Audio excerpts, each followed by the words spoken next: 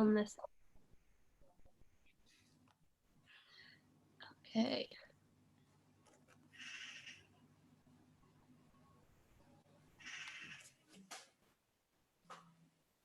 Oh no, wrong button. Sorry, everybody.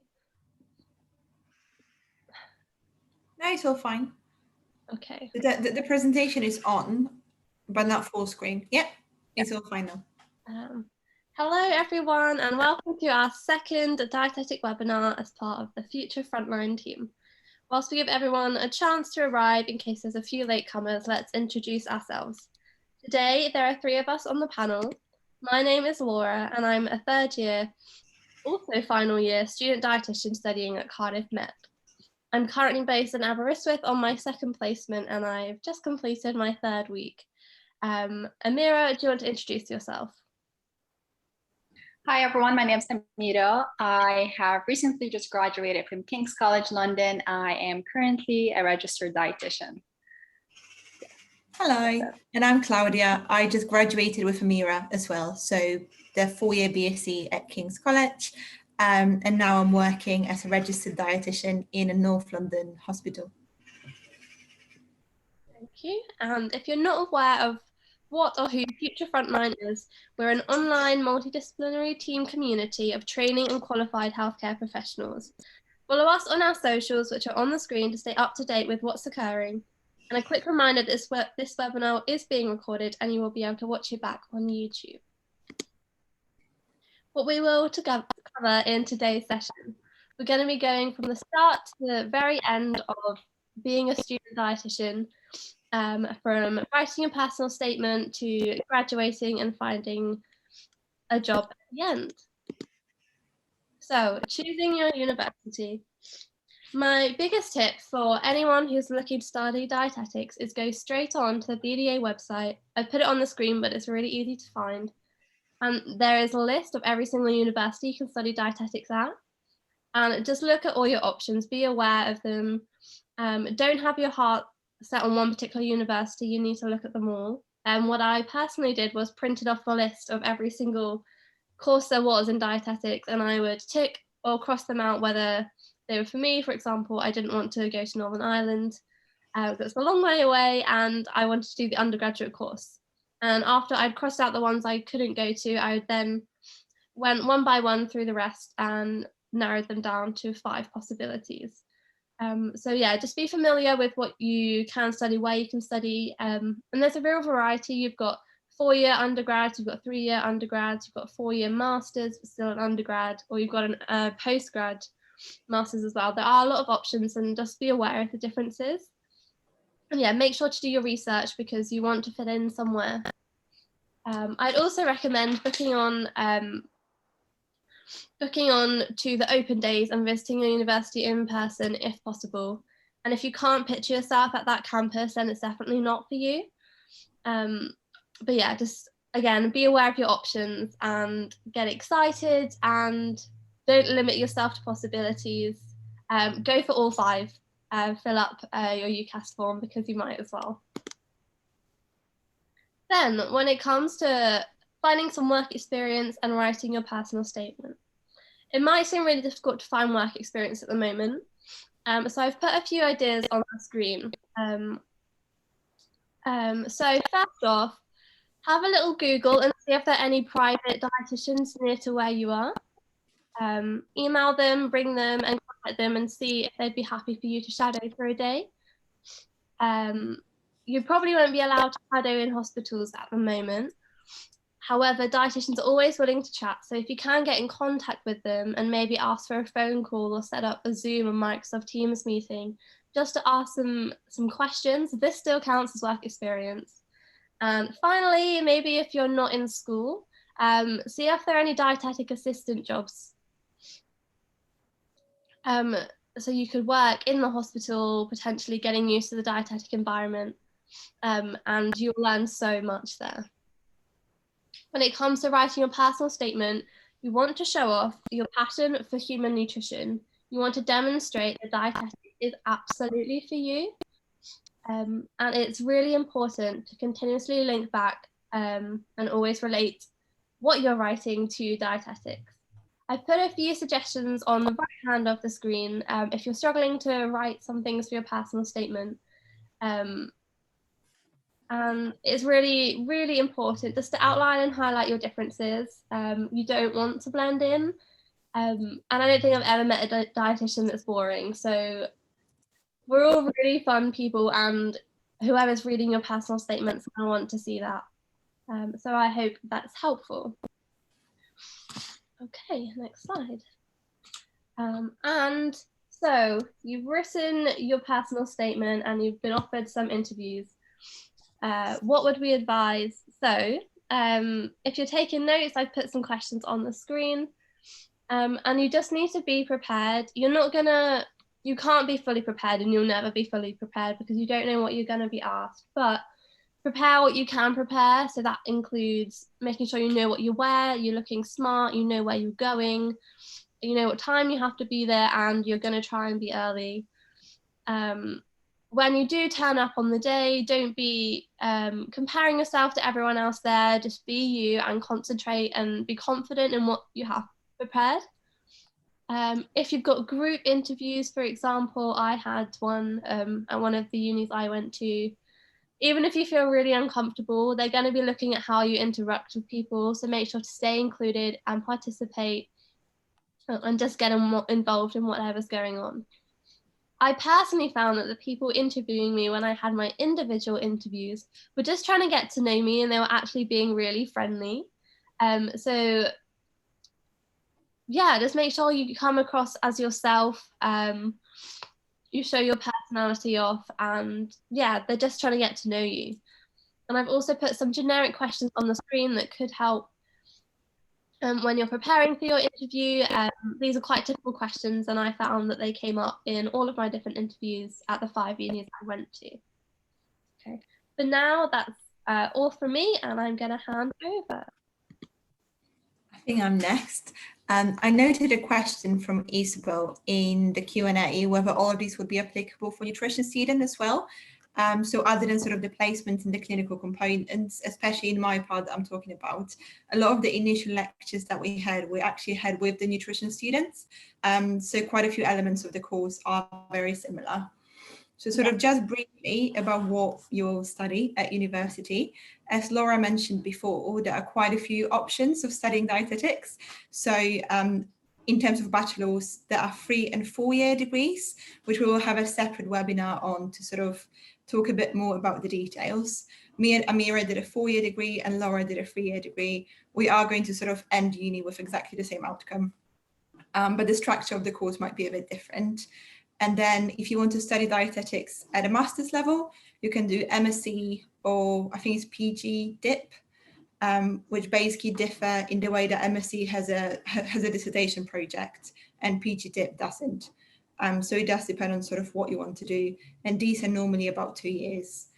In terms of the courses that you will cover, again, that might slightly differ from university to university, but it will all cover elements of sort of biological sciences, so like biochemistry or metabolism, social sciences, like sort of eating behaviors, why we eat what we eat, or food security, and also clinical elements, so like diet therapy, lifestyle management of diseases, and all that sort of stuff.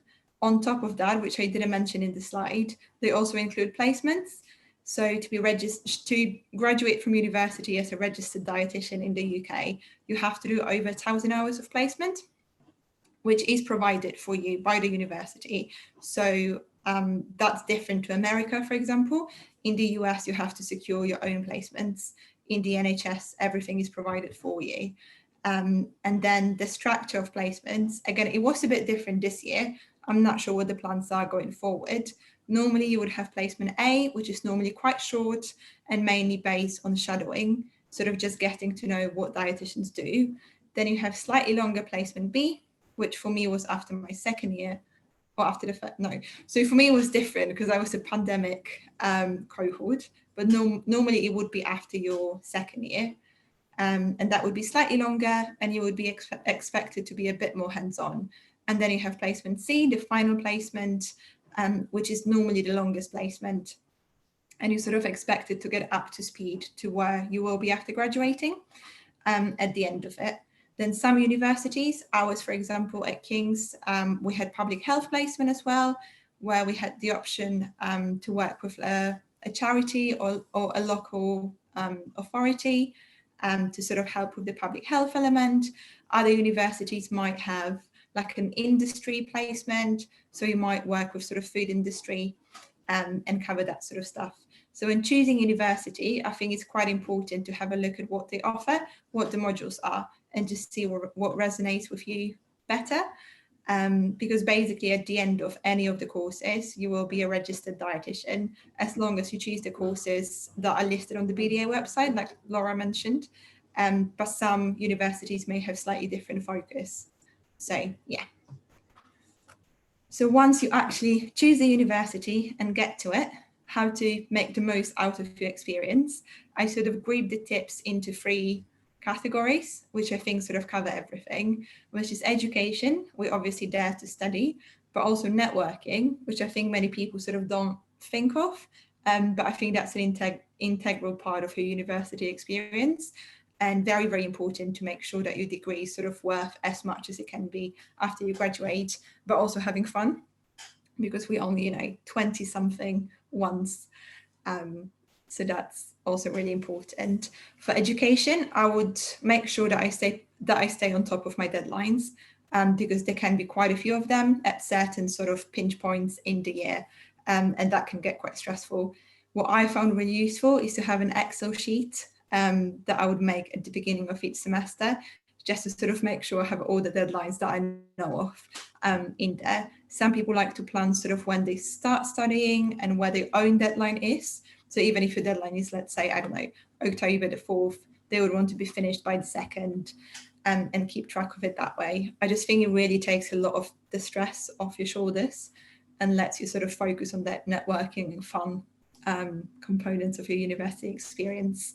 Find a way of studying that works for you. So there might be people who tell you, you have to study systematically, don't leave everything until the last minute.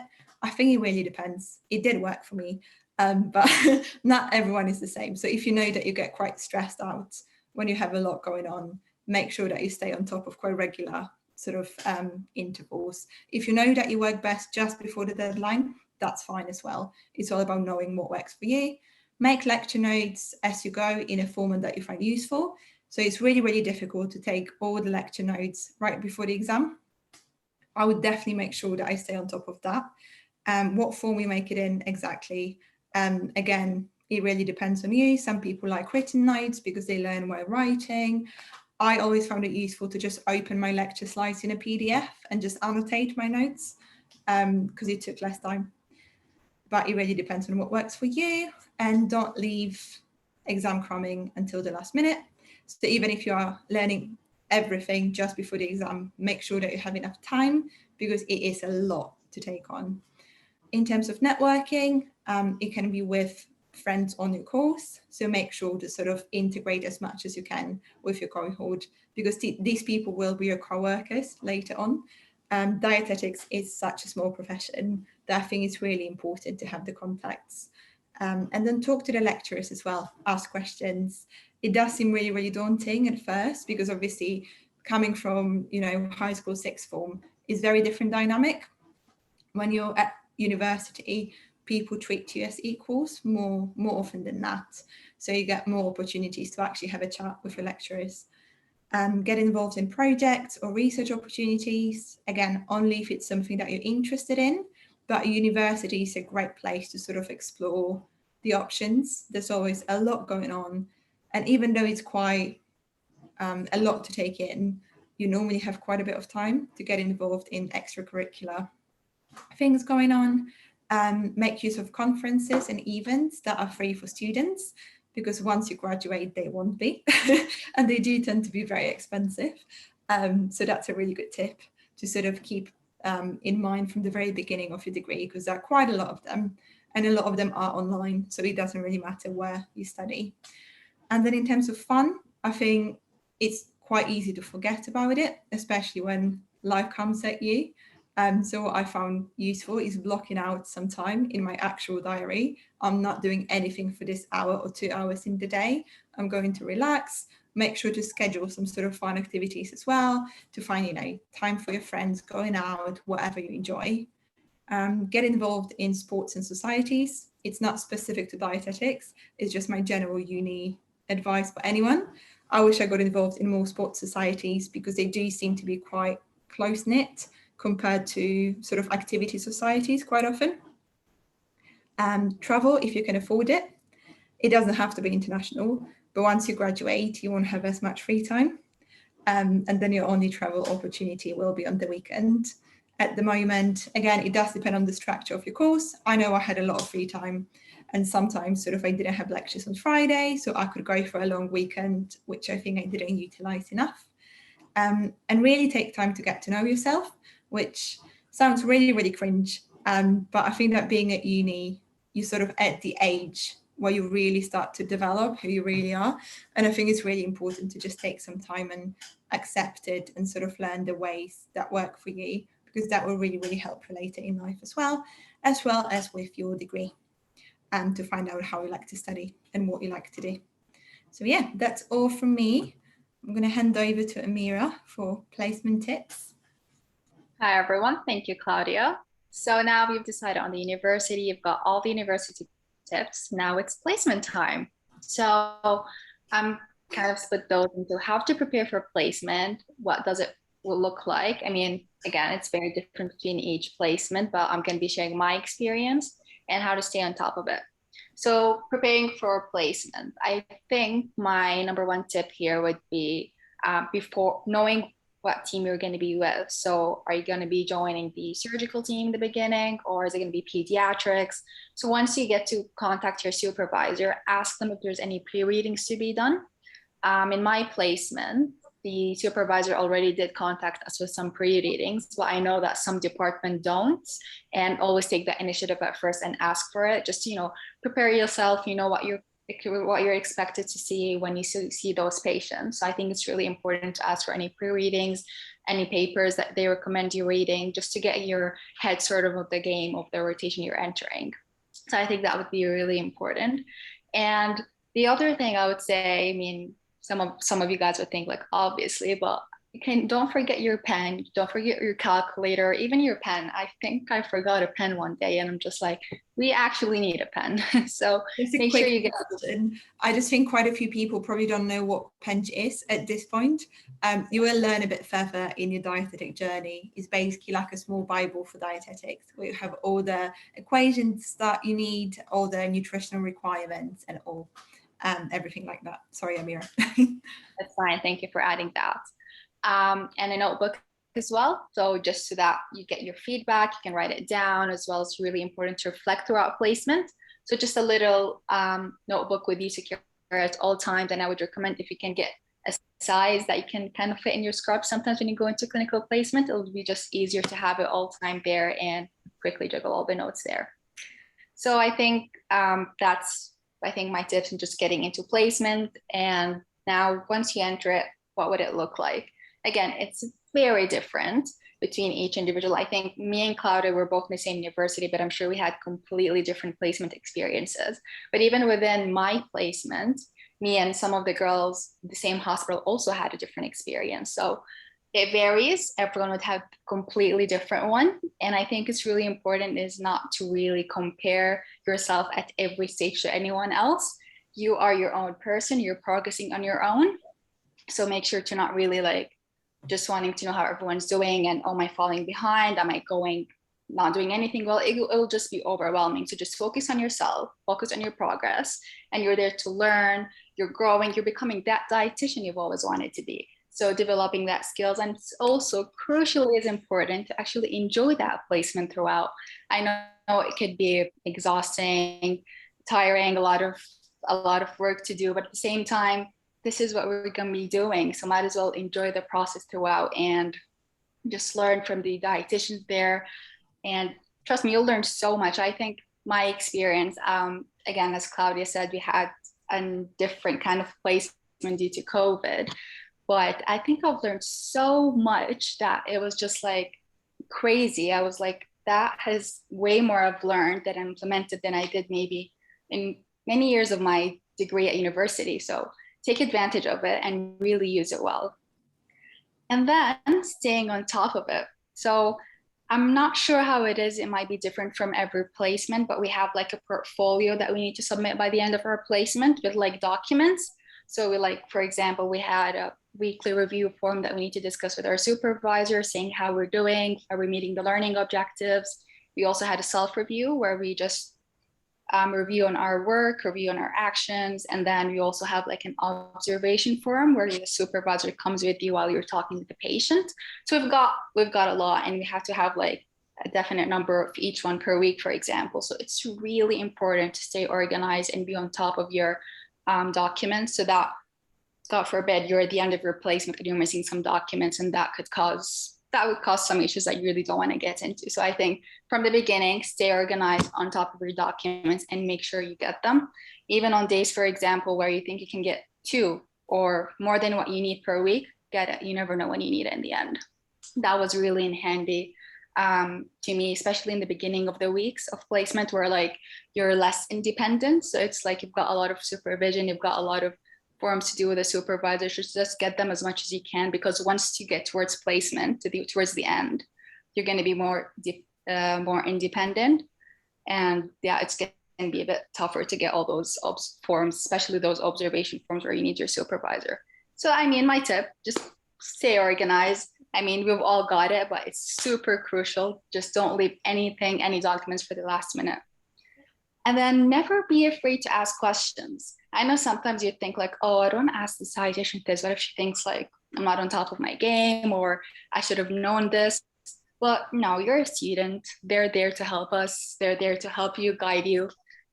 Look for the information first. If you didn't know it, then that's when you ask the dietitian, especially when it's more of a clinical, hospital related, let's say policy or something, then always not be afraid to ask the dietitian for any questions or for any help. Again, it's really important, and that way the dietitians even trust you more, that they'll know that you know your own limitations as a student. So super important. They're there to help you, and they're there for you. So whenever you need help, ask for it. And then I think creating your own resources and templates, that has been super helpful to me. I've got a lot of patients telling me their weights in stones, for example. I've got no clue about stones, for example. So I've got this small, I created this like kind of small table that it's conversion from kilograms to stones. Same thing with the height. I'm only familiar with centimeters, for example. Don't know about feet and inches. So I've also created a diagram for that. So it's just like sorting what you know best, because you'll have them in handy. And what I did is, with the ID badge, so I did them in a small kind of size, and I always have it in my ID. So whenever I'm on the wards, whenever I'm like busy, I can just look in and I'm like, okay, that's how much it is in kilograms. That's how much it is in stones. So really super helpful is just thinking of ways to help you make placement easier, I would say. And another thing about templates, for example, I had like an inpatient template. So like going through the assessment, so weight, height, BMI. So it's just like a ready inpatient template. So whenever I see a patient, I just fill in the gaps, for example. Really time saving, really useful. It also kind of sets a reminder for you, especially in the beginning of my placement. Like, for example, if there's something you would always forget when seeing a patient, you can always note it down. Just make it as much personalized to you as possible, just to help you ease your time and your life on placement, basically. So I think that's been a super tip, an amazing thing that I've done, and I'm always encouraging it. So yeah, do your resources, whatever suits you and whatever makes placement easier for you. And finally, reflection. A big part of being a dietitian is to actually reflect on what we're doing. So this is what I did. This is what I think went well. This is what I think didn't go well. This is what I'm going to be doing about it. So kind of reflecting kind of on daily basis is super important, so that the next day when you go into placement, you know how to act on that and know what to do next. And also being receptive to feedback. I mean, some feedback might be feeling like critical, might be hard to take in, but just remember, the dietitians aren't telling you that feedback to put you down. Instead, they're telling you that to make you feel better, to make you be a better dietitian. So just know that, take that feedback in, reflect on it, and then after that, try to change it. Or what am I going to do about it next? So I think That's super important. Reflection throughout your whole placement. And even once you graduate as well, I think reflection as a dietitian is always important, reflection on your own practice and all sort of things. So I think these are my top placement tips. And my most importantly is to make sure you are resting well and taking care of yourself and well-being. As I mentioned, placement can be exciting, at the same time nervous. You can feel nervous, it can be overwhelming, stressful. It could be all sort of things. As I said, everyone had a different placement experience. So make sure you're resting well, make sure you're having a good night's sleep. Even if it's like as short as 15 minutes a day, make it for yourself. You don't want to feel overburdened by placement. And even if you have university as well at the same time, not sure how it is going to be for you guys, but just make sure you're resting well, having a good night's sleep. You don't want to wake up for the next day on placement and you're just feeling tired. You want to do well, you want to grow, you want to learn, you want to seize that adventure basically with the placement of being a dietitian. So make sure you rest well. And I think that Claudia brought up the other day to me is that in your half-hour break, take advantage and eat your lunch. Don't work, just actually take it, eat your lunch, have those 30 minutes to relax during your day, and then go on and continue your day. Okay, So I'm now going to stop sharing my screen so I can also see all the questions, but if you want to add them to the chat, then go ahead. If you want to ask them either through the Q&A option or the chat option, we have covered sort of the main elements very, very briefly. So if you have questions on any of them, sort of applications, how to choose university, what dietitians even do, if you're not sure if that's sort of the route that you want to follow, or if you're at uni already and you want to ask about something. Okay, how did you find studying in London? I can take it first and then I will hand over to Amira. go ahead. How did I find studying in London? I think it really depends on your circumstances. There's no sort of straight answer. I had to work the whole time of my study from sort of the first year because I'm an international student. I mean, an EU student, but I don't get the bursary. So it was quite difficult sort of finance-wise because London is a really expensive city. But on the flip side, there are so many working opportunities. It's so easy for students in London to find work. So if that's the position that you're in, it does have sort of two sides to the coin. It's expensive, but it's easy to make money. So it's not too bad. In terms of sort of living in London and having a uni in London, I think it really depends what you like. And that's why it's really important to go to all the open days. Because I went to Surrey, for example, and they have a campus-based uni, which had very different feel to what King's was like. So a campus-based university, you basically have everything within your reach. Everything's within a walking distance. You have your students sort of cafes and gyms and like social hubs and accommodation and everything in one sort of on site essentially. And then for King's, because it's in London, it's already really spread.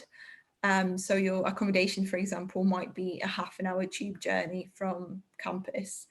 If that's something that you're not sort of keen on, campus-based university might be better. Also, our buildings are quite spread around London, so it would mean that you do have to travel a fair bit, although most of our lectures were on one site sort of, so it wasn't too bad. And other than that, I do think that London is a really exciting place to study because there's so much going on. You have so many opportunities to get involved in both sort of dietetic and not dietetic things. I think most of the conferences, if they are in person, they would be in London. A lot of them would be. So I think it does depend on sort of what you want from your university experience, but there are benefits and sort of downsides to everything. Yeah. How do you feel, Amira? I think you pretty much said it all. London has its advantages and disadvantages. As Claudia said, it's super expensive. And when it's like rush hour, God, it's super busy, super crowded. So if you're willing to do that commuting, if you want that busy, hectic city life, then London it is. It's really nice. It's very diverse. You're going to meet people from all over the world, and that's really nice. Like me as an international myself, I never felt like I didn't fit in because there's just everyone's like international kind of, and you'll easily meet people, super friendly. Yeah, I mean, I overall really enjoyed my university experience, but it's all depends on what you're looking for.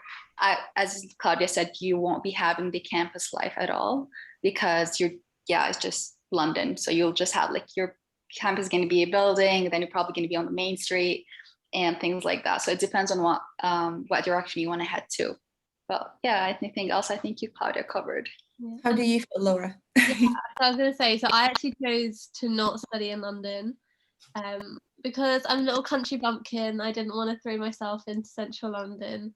So I ended up in Cardiff, which I feel like is a nice step. Like it's a city, but it's a small city, and you can get into the countryside very quickly if I was like missing the greenery. And I loved Cardiff. Like it is genuinely a mini London. There's such like a hub of students, but you also feel really close to the rest of the city. I was on a semi-campus university, so I go to Cardiff Met.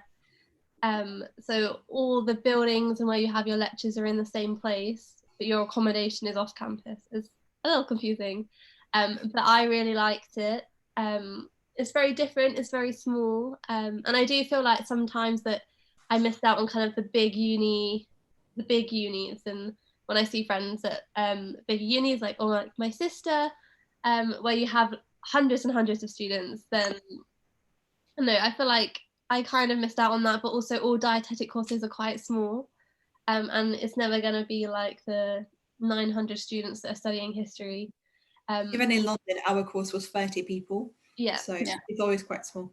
Yeah. And as Claudia said earlier, my first year was joint with nutrition students.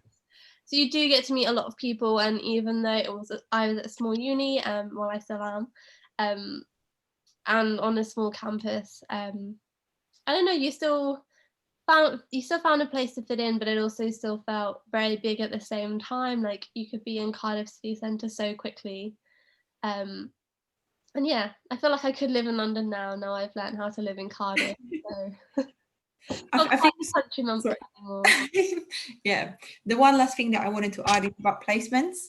I think placements in London are a bit more handy in a way that your placement will always be in London, so you never have to move out. It's literally the case of whether your commute will be longer or shorter. When outside of London, the placements are sort of spread more around the country, isn't it, Laura? Yeah. So you might have to move to like a temporary accommodation for the time of your placement. Yeah, and that links really well with the next question. Does university cover the placement expenses? I'm going to answer this on behalf of Cardiff Met. I'm not sure if I speak for everyone. But at Cardiff Met, when you go on placement, you can be sent anywhere in Wales, which is a very big place. And if your commute to placement is longer than, I believe it's an hour, they will cover a second accommodation for you. So you still have to pay for one. So I still am paying for my flat in Cardiff, but I don't pay for the accommodation I'm currently sat in. And they pay for my petrol to get here because it's like a 4-hour drive. And they cover my petrol back. I'm trying to think what else they cover for me.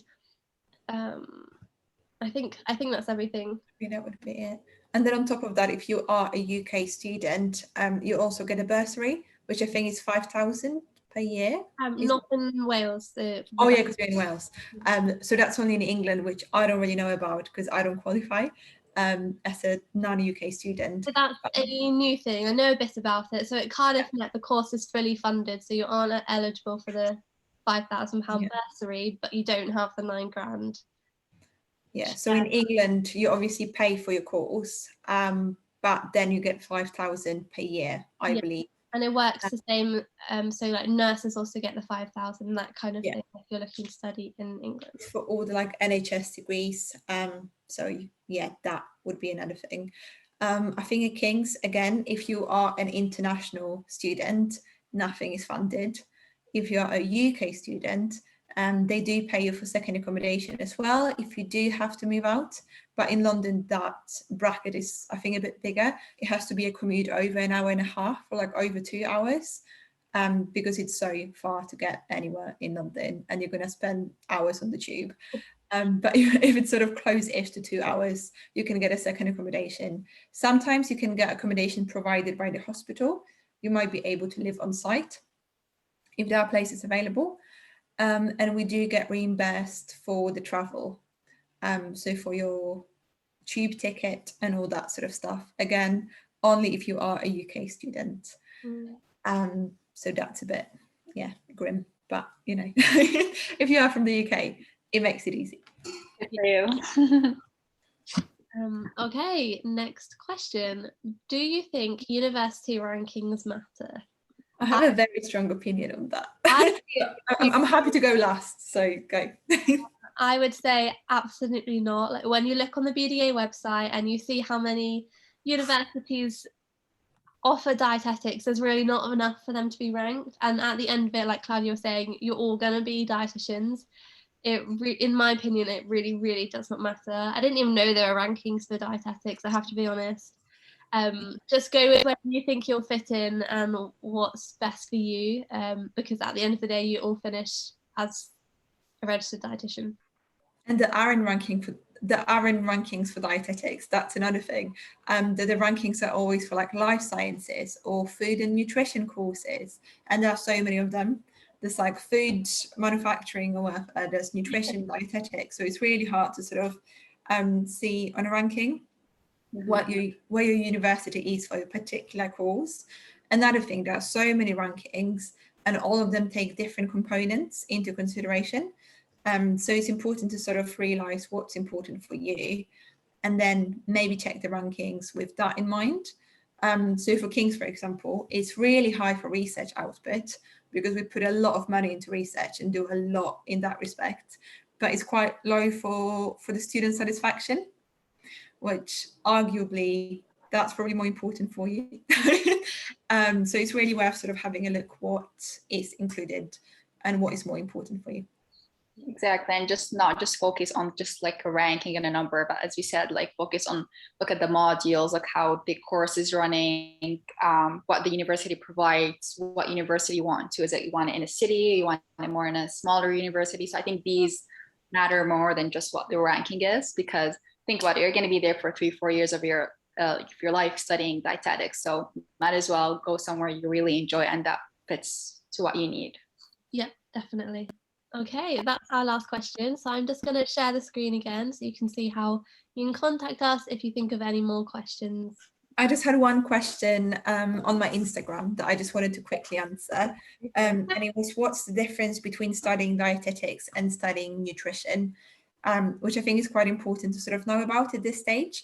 It does depend what you want to do long term. Essentially, having studied dietetics, you can do everything that someone who studied nutrition can do.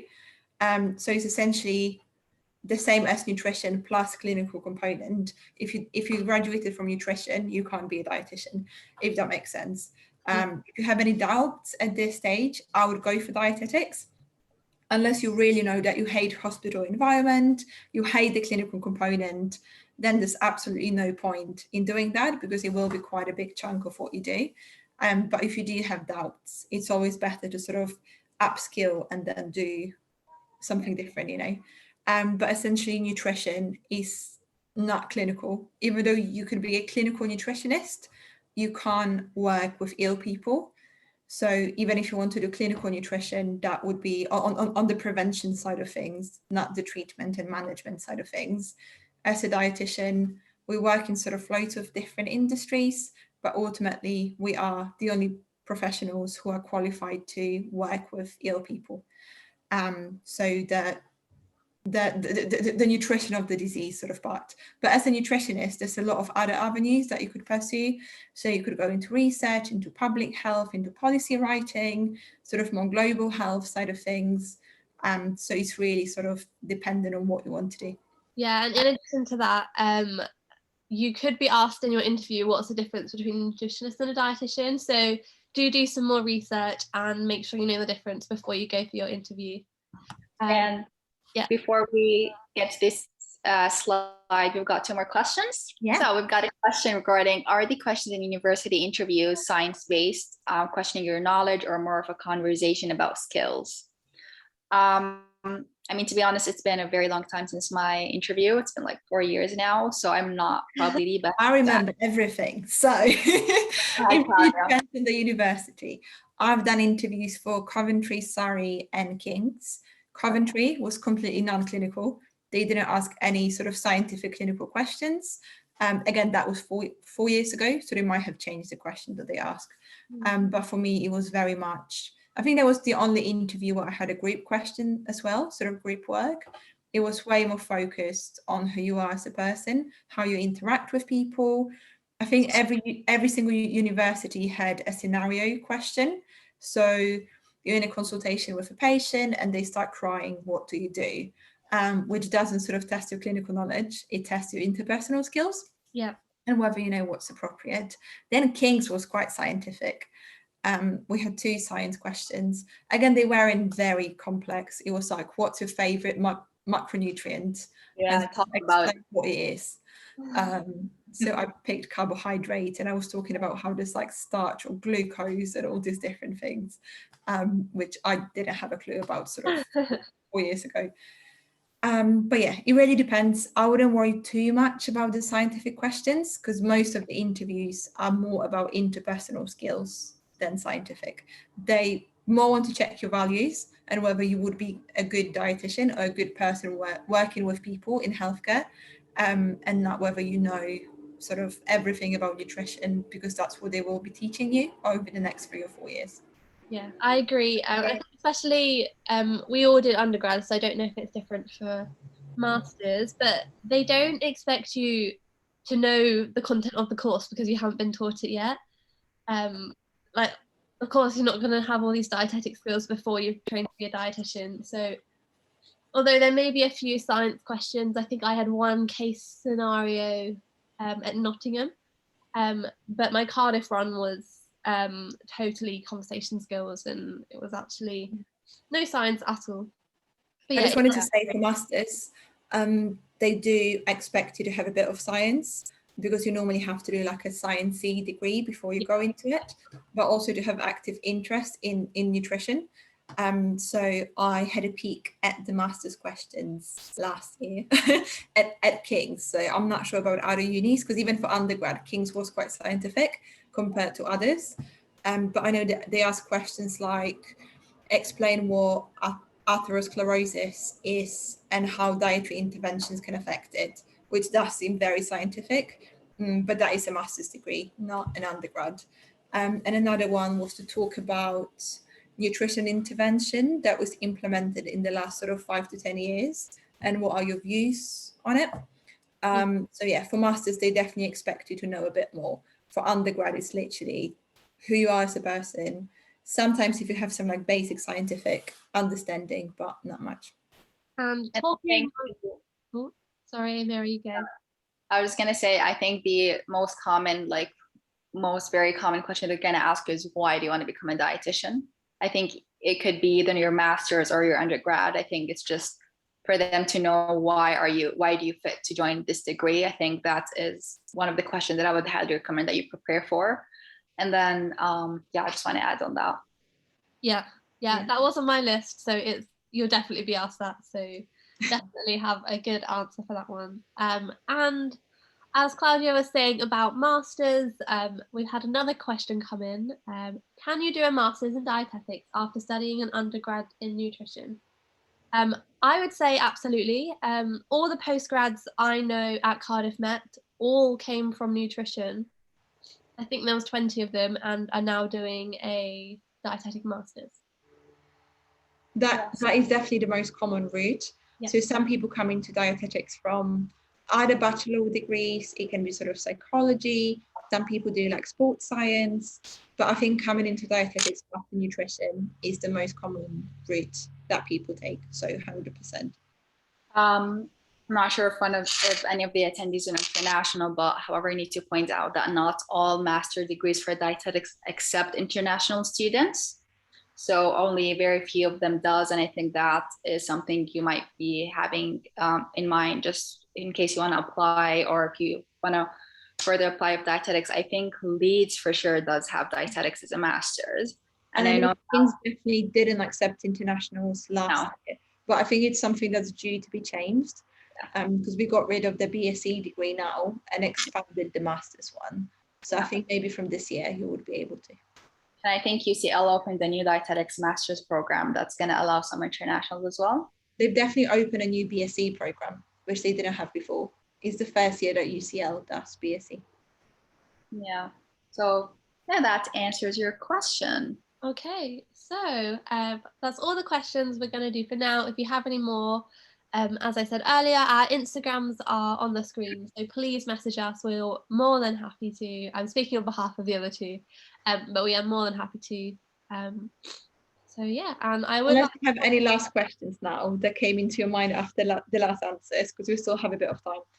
But unless you have anything in your mind at the moment, like Flora said, feel free to DM us.